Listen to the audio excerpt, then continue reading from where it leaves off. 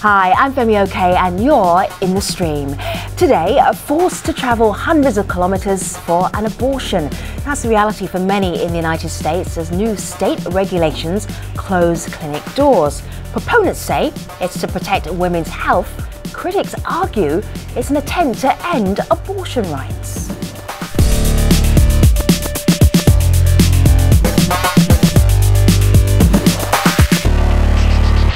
So we've tackled the abortion debate many times on the stream, but this one is a very specific conversation that's happening in the US right now. Right. Malika Bilal, what are you seeing online? Well, for our international audience, it is important to remember that abortion is legal in the United States according to federal law. Sure. But it's up to each state and how that's implemented. So we asked our community from across the US if they think abortion regulations in their state are fair, and we heard from several members. This is from California. Steph says, in California, mostly yes. There's no waiting period, no parental notification. That's how it should be everywhere. Of course, here in Pennsylvania, this tweet from TERRI says, are they fair in PA? Should ask the woman sent to jail after ordering pills online. So we want to hear your thoughts on this conversation as well. You can tweet them to us with the hashtag AJStream. She's already nodding to part of that conversation. Michelle KINSEY Burns joins us here in the studio.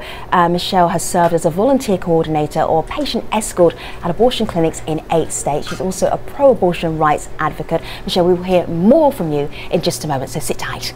Thanks, Femi.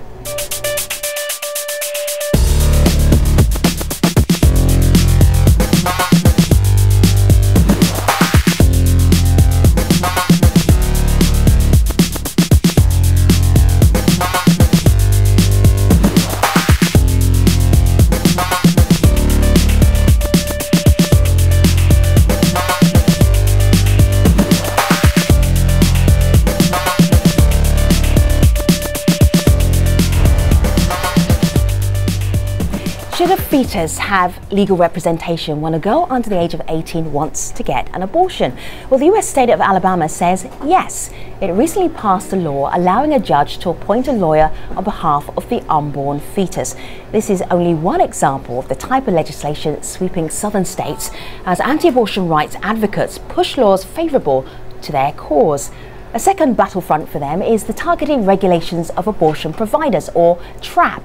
That's a phrase that's coined by pro-abortion rights activists. These are laws that single out abortion clinics for medical regulation. Things like corridor width, parking lot size, requiring physicians who perform the procedure to have admitting privileges at a local hospital.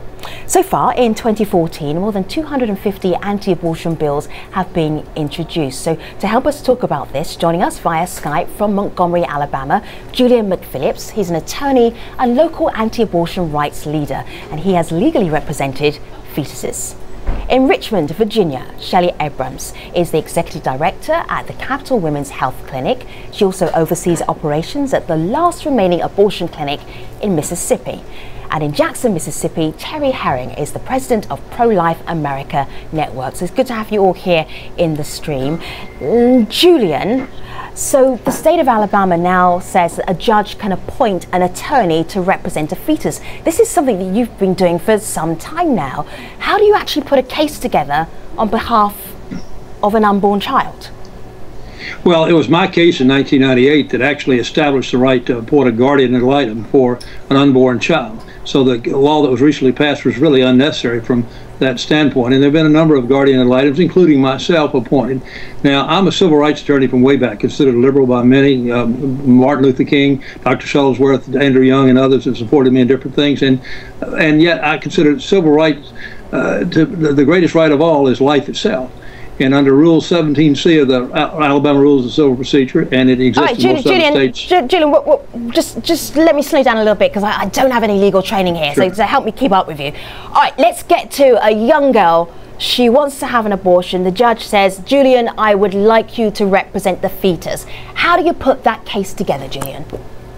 Well, of course, we try to be as sensitive and as kind as we can to the mother of the unborn child, but we also try to point out to her that there's another life at stake, not just hers. The only problem with pro-choice is there's absolutely no choice for the unborn child. See, Julian, I'm hearing your approach, but I'm not hearing how you put the case together. It's really hard for us to understand that. I'll tell you how I did. I brought in a young, figurine of what what a fetus, as you call it, I call it an unborn child, would look like at certain stages of development. 5 weeks, 10 weeks, 15 weeks, and what they look like. And I asked them, do you realize that this is what your child looks like inside the womb? And the mother will say, well, I didn't realize that. No. Do you realize that it did have a brain wave, a heartbeat? And they said, no, I didn't realize that. And then they make the ultimate determination, the court does, of whether it was maturity on the part of the 17-year-old. So this is this a little girl, or is this a 14-year-old, a 50? Who are you doing this with? The only one I did was a 17-year-old, and the court determined that at all levels that she was mature enough to make the decision on her own. Right. But after we went through 3 different levels of court, I was told by the attorney on the other side that she had made the decision not to have the abortion, which we feel like was a victory in that sense. And I've had a lot of other cases since then that have helped further establish the rights. And it's not just a woman's issue. Only half the children that are unborn are boys, and it takes a man to make a woman in that situation. So it's a thing that involves both genders and should. And again, I come from a kind of a liberal background, but this is my take. Okay. All right, we have some questions for our community for you, Julian. Well, Julian, you mentioned the phrase mature enough, and it's that phrase that really piqued the interest of one of our community members. So I'd like you to have a listen to this video comment. It's a question directed for you. I have a question for the lawyer from Alabama. If a minor is not mature enough to have an abortion, then why is she mature enough to carry a pregnancy to term and have a child? And why is it appropriate for a grown, intimidating lawyer to cross-examine a young woman who may be facing difficult and abusive circumstances at home, which is the reason for her seeking the bypass in the first place? Julian? Well, your question, with all kindness and respect, has some contradictions to it. Is she mature enough? Then why is she mature enough? Obviously, physically, she's mature enough to bring a child to birth. But is she otherwise mature enough to make the decision? And part of the problem is so many people are blind, do not realize that there is a unborn child inside the womb with a heartbeat, a brainwave, and everything else. And once they have that pointed out to them in a gentle and kind manner, as I would or any other guardian ad litem would be, I'm sorry that I'm bald, but I try to be as gentle as I can and not come across as too old and overbearing. And so, when they realize and the blindness falls off their eyes, then hopefully they'll make a more informed decision. The law allows them to make that decision under Roe v. Wade. All right. All right, so Roe v. Wade is going to come up quite a lot. In 1973, there was this landmark court case in the United States that basically opened the way for legislation for abortion to be legal in the United States. Now, Julian, as you've been speaking, Michelle looked like you had a conversation you wanted to have with him. What's on your mind? I was waiting for Julian to respond to the part of Emily's question that spoke to the difficulty of the situation that these young women, girls in many cases, are in, to have to go to the court to begin with. If you've got a good, healthy, positive, constructive family relationship, you're already going to your mother or your father. What we're talking about here are girls and women who are already in the most challenging of life circumstances. And this is actually something that's near and dear to my heart because I came from a household like this. I came from a household of abuse, physical abuse, and poverty, where I had to leave at 15 to save my own future. I am grateful every single day that I never had to go to the man who sent me to school with 2 black eyes in order to say, may I pretty please have an abortion. That is the girl or the woman that we're talking about who's going to the court and putting herself at the mercy of the court and saying, look, there is no way that I can ask my parents, so please judge. And so, to Emily's point again, these are girls and women who are already in the most difficult of life circumstances. And what you have in Alabama now is the weight of the state, the court, and the judicial system being brought to bear upon these women and girls who already have this difficult position. And it's essentially the state intimidating and bullying people who really don't need it at this point in their lives. Terry? Well, I disagree with that caller because, with the video commenter, lady right? there. because I think that oftentimes young women who are in homes that are abusive, sometimes the actual abuse in the home is what causes the pregnancy. I think it gives a lot more reason for people to become involved in a minor's decision to have an abortion and give her the opportunity to get out of the home. We have 40 pregnancy resource centers in Mississippi. We have a lot of people who are willing to help young women. A young woman can be emancipated as a minor if she's pregnant. But what I hear you saying, if I can interrupt, is that you're suggesting that this girl who's been abused in her home, an incest victim, should carry that pregnancy to term, and that is repugnant to me. I'm not sure how you can defend that as a better option. What I'm saying to you is often, even with statutory rape situations, I was in Australia and a mother came up to me and said, my daughter was forced to have an abortion by a 21-year-old boyfriend because he said he would go to jail if anyone found out. I think that abortion can also often enable abuse to continue, and certainly if she's afraid to go to her parents, then maybe she does not need to be in the home, and we need to call Health and Human Services and get her the help she needs. Helping her having an abortion without parental knowledge or consent is very dangerous, and we don't let anyone do that. When you talk about the standard of care in the medical community and act as if abortion facilities are being put under some outrageous burden, I'm sorry, but you're wrong. The abortion community has been outside the standard of care for far too long, and what we're seeing is that young women are not given the care that they need. Terry, take a breath for a moment, because I'm going to share the conversation around just a little bit. I hear exactly the point you're making. Shelley, what did you want to say? Well, what I hear in what Terry's saying is that she wants to get as many humans involved in this young woman's decision, and this woman's life, and this woman's possible crisis. She wants to get as many people involved as possible. And that's essentially what this is. It's about shaming women. It's about, public witch trials. That is so not true. So ladies, hold tight for a moment, because I did say this is a very specific conversation we're having, and this very specific conversation is about what's been happening to abortion clinics around the United States, particularly in the southern part of the United States, over the last year, 18 months or so. So I'm just going to keep us on track a little bit. So definitely with Shelley, what are you seeing in terms of these clinics, in terms of the Roe versus Wade law, which legalized which legalized abortion in the United States? What are you seeing? How is that being changed by perhaps these different regulations? Is it being changed? Definitely, and it boils down to getting as many people, as many public entities involved in a private medical decision as possible.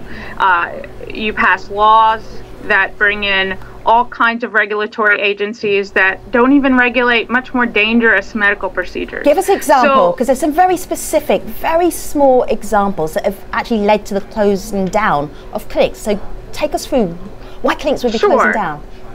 Well, and it's really quite smart. The anti-abortionists passed laws that said doctors that do abortions in Mississippi or Texas have to have local hospital admitting privileges.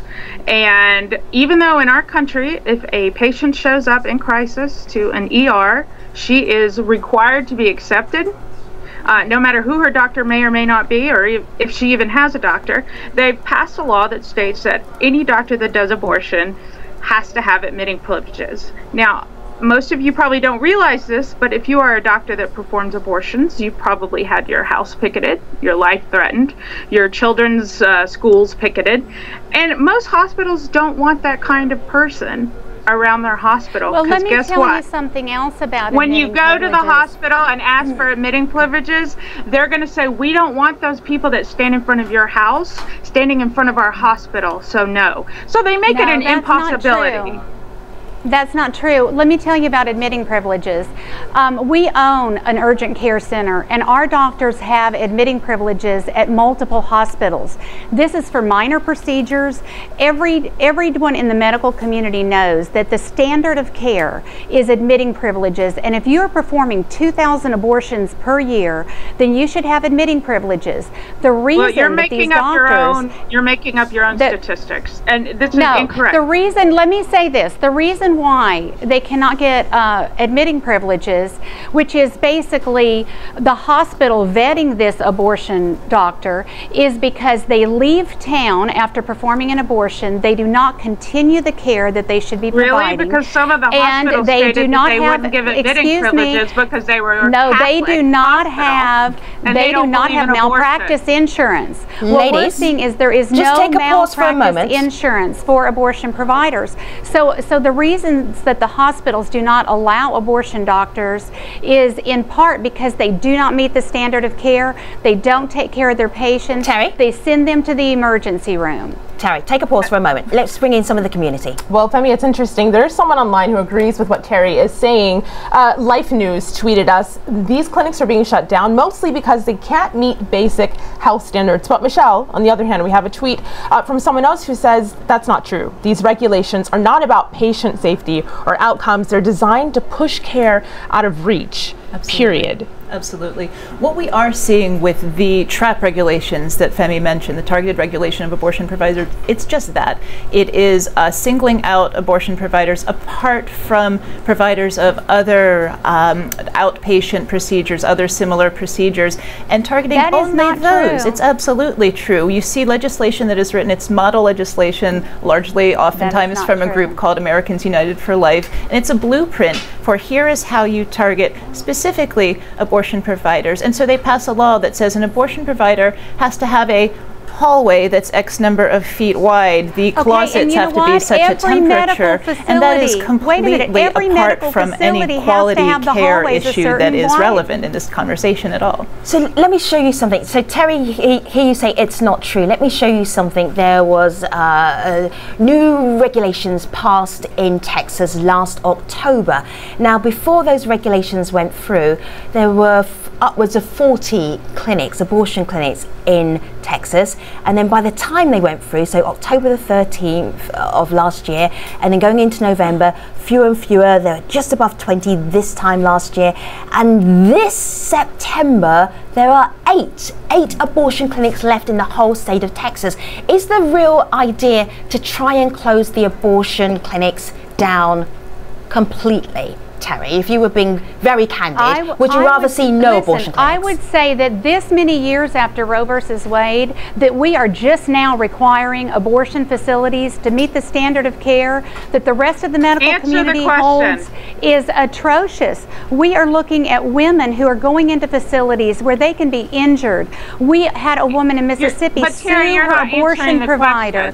And you know what? He did not have malpractice. He was unable to provide, even though she won the case, she didn't get a penny from the abortionist. So she almost died. We see women being injured by the abortion industry, and they are not getting the help they need. So Terry, and I hear that. Abortion is not good for a woman's health. All right, so Terry, I hear that. So you think... I agree with her. Yeah, and Julian, I hear that agreement. Yeah, would you rather that there were no abortion clinics left, though, in your state? Would you rather that they just didn't exist? If we're being totally candid here.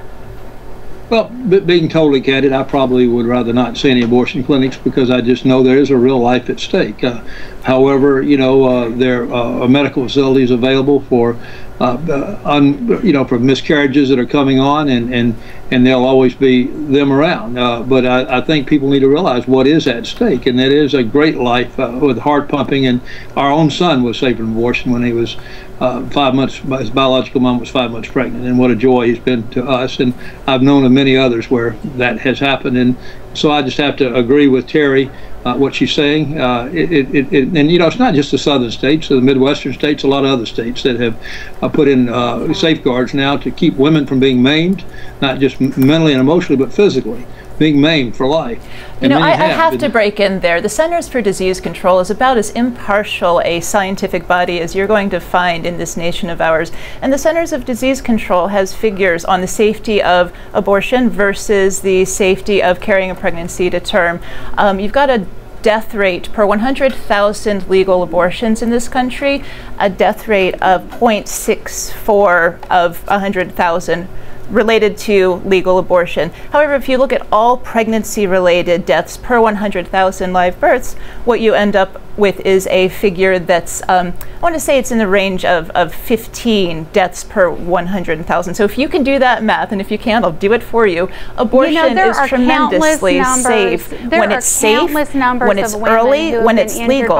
And if you want to have abortion be as safe as it possibly can, if that is indeed your goal, then what you do is you make sure it's as early as it can be. Pushing an abortion later and later and later actually does make it incrementally more risky. And so if you want women to be safe, what you do is you make abortion early and accessible. Abortion back later and later. We're talking 24 hours. With all due respect to Michelle, I have to say I'm tired of arguing that this is about women's safety and health, because it's just not, and I'm not going to argue that point anymore. You were asked a very pointed question, which was, do you want to shut down all the clinics? And I really appreciate Governor Phil Bryant in Mississippi, your state, who said these laws are going to shut down the last clinic in Mississippi. He stated that openly. And, you know, as a Southerner myself from Alabama, we've always been pretty upfront about what we do and pretty unabashed about it, and I respect that, and I don't respect you making a false argument with false evidence about the safety of abortion. All right, guys, just take a breath here, because we're heading towards the end of the show. There's something that I do want to show and play for all of you. This is from an Al Jazeera documentary, a Fort Lines documentary about access to abortion clinics in Texas. This is a young woman who Al Jazeera found in an abortion clinic, and this is what she talked about when we asked her about how easy it was to get an abortion right now. It's like easier to get breast implants than it is to get an abortion in Texas, which is ridiculous, so frustrating, and it feels so, makes you feel like you're not an equal citizen just because you're a woman, and just because like a mistake happened, you shouldn't be held accountable for it and, you know, almost die for trying to fix it. And we don't have a proper separation of church and state, and because of that, lawmakers are going to do whatever it takes to get people to keep them in office. So Malika, what's the community saying? Well, it's interesting, you know, picking up off of that, people are saying, well, this begs the question that what are women's options now? So online stuff says people will have abortions whether it's legal or not. It's our job to make abortion accessible, safe, and destigmatized. But Shelley, I also want to play you this video comment from someone who's involved in this, and this is what she says is happening where she is in Texas. I work with the Texas Equal Access Fund, which is an abortion fund in Texas. And in the last week, with more closures, the providers who are left are getting more calls than they can conceivably handle. And we have no reason to believe that desire for abortion has magically changed. But last week, we got fewer calls asking for our help. And we help people who have appointments in Texas. So we think that the laws are definitely having a harmful effect. So Shelley, what are the alternatives, and are they safe? Well, you know, what I would say is that I know from dealing with patients one-on-one for a very long time that when you tell them something as gigantic as there are only 8 clinics in the entire state, that will put them in a situation where they don't know who to call, they don't know if they should even call.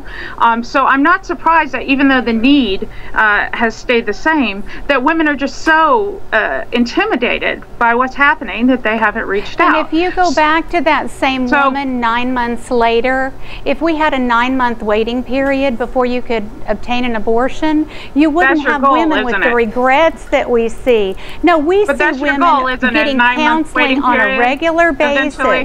We see women who are hurt by an abortion. Women do not leave an abortion clinic uninjured, because if they're not injured physically, they're injured emotionally. I have a young woman right now who had an abortion at our local facility, who is married and trying to get pregnant and cannot become pregnant because of this abortion that she had years ago. That is a difficult thing for a woman to live with. We are right at the end of this conversation, but I'm going to move it along a little bit. Natural, normal And that's Terri Herring you're hearing, and we'll pick up with Terri in just a little bit. Terri, sorry to run over you, but otherwise I will get you to read the news coming up in any moment now. So thank you very much to our guests. We're taking them to the post show at stream.aljazeera.com. I do have time to tell you about the next AJ stream with the group known as ISIL committing acts of violence in the name of Islam. Should Muslims be expected to speak up and respond?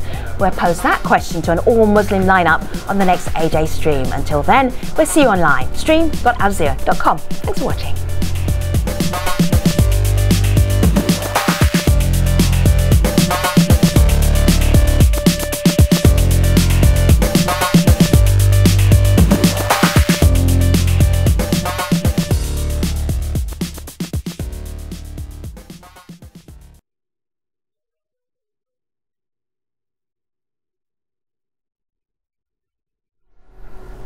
Hello again, this is the Stream's online post show. We're continuing our discussion on anti-abortion legislation sweeping across the United States. With me to discuss this, Michelle KINSEY BRUNS, an abortion clinic escort and pro-abortion activist. Julian McPhillips is an attorney and local anti-abortion leader. Shelley Abrams is executive director at Capital Women's Health Clinic, and Terri Herring is president of Pro-Life America Network. Terri, sorry to head you off there just as I was beginning to wrap up the show. Did you want to just finish your point that you were making? You know, my point is that women often are very afraid with the initial thought that they are pregnant. I was a young pregnant mother as well. But when the baby comes, that's not the way a woman feels. So I think it's very unfair for an abortion facility to even claim that a woman goes into an abortion understanding exactly what she's doing. I see women with regrets over their abortion on a regular basis. We're not here to shame women who have had an abortion.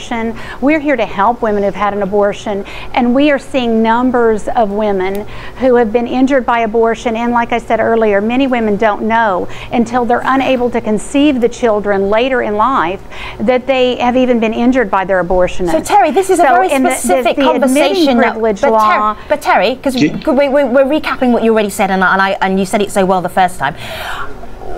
What we're talking about today, though, is we're not arguing about the merits of abortion and whether people should have abortion. We're arguing about the number of regulations that are coming up that are actually affecting current abortion clinics. Now, are you saying that you're helping potential women who would have aborted their children to keep their children by tightening up on the regulations? Is that the actual strategy here?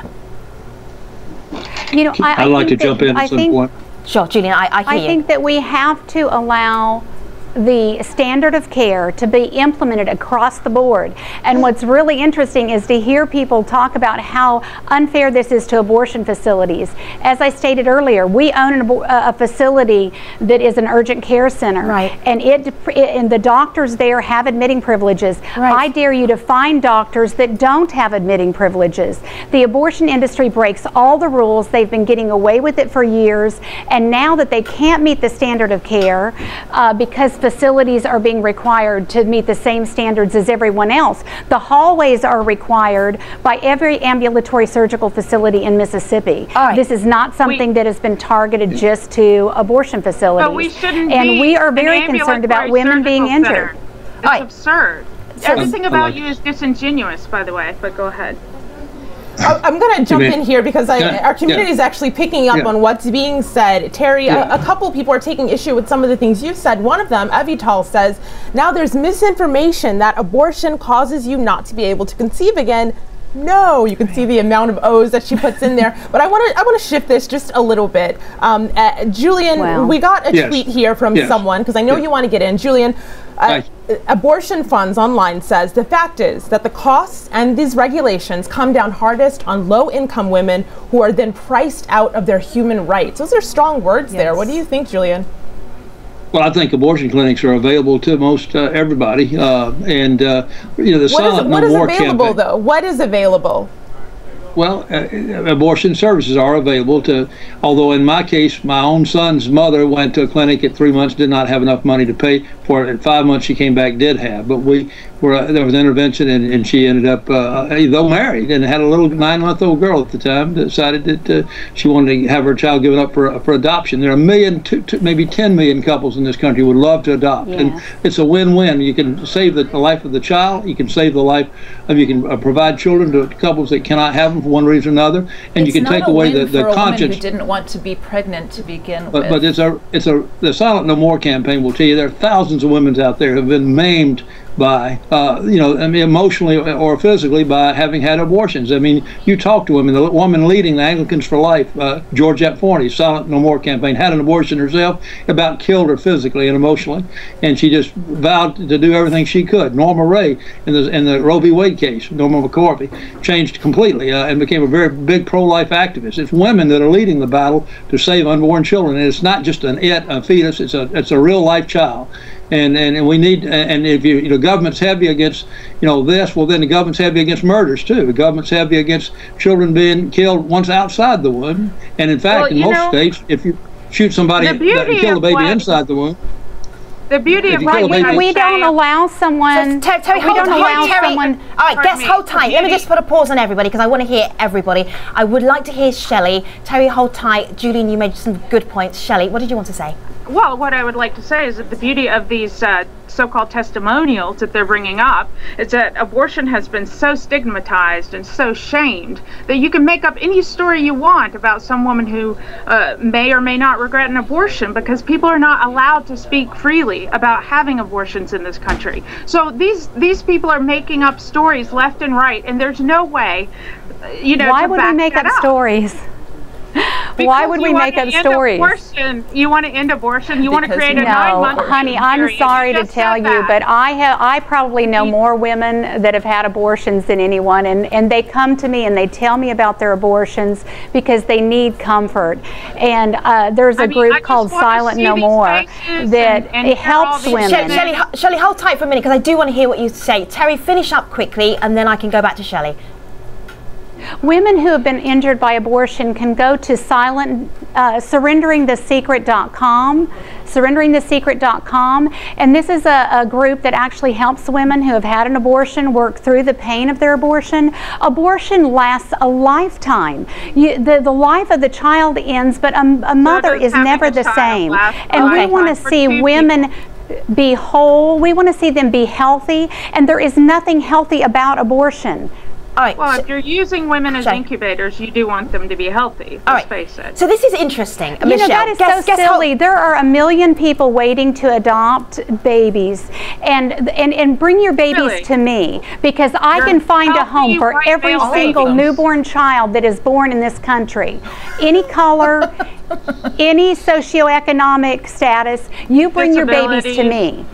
All right, yes, so, and we will find them a time out home. on this for a second, because obviously it is contentious discussion.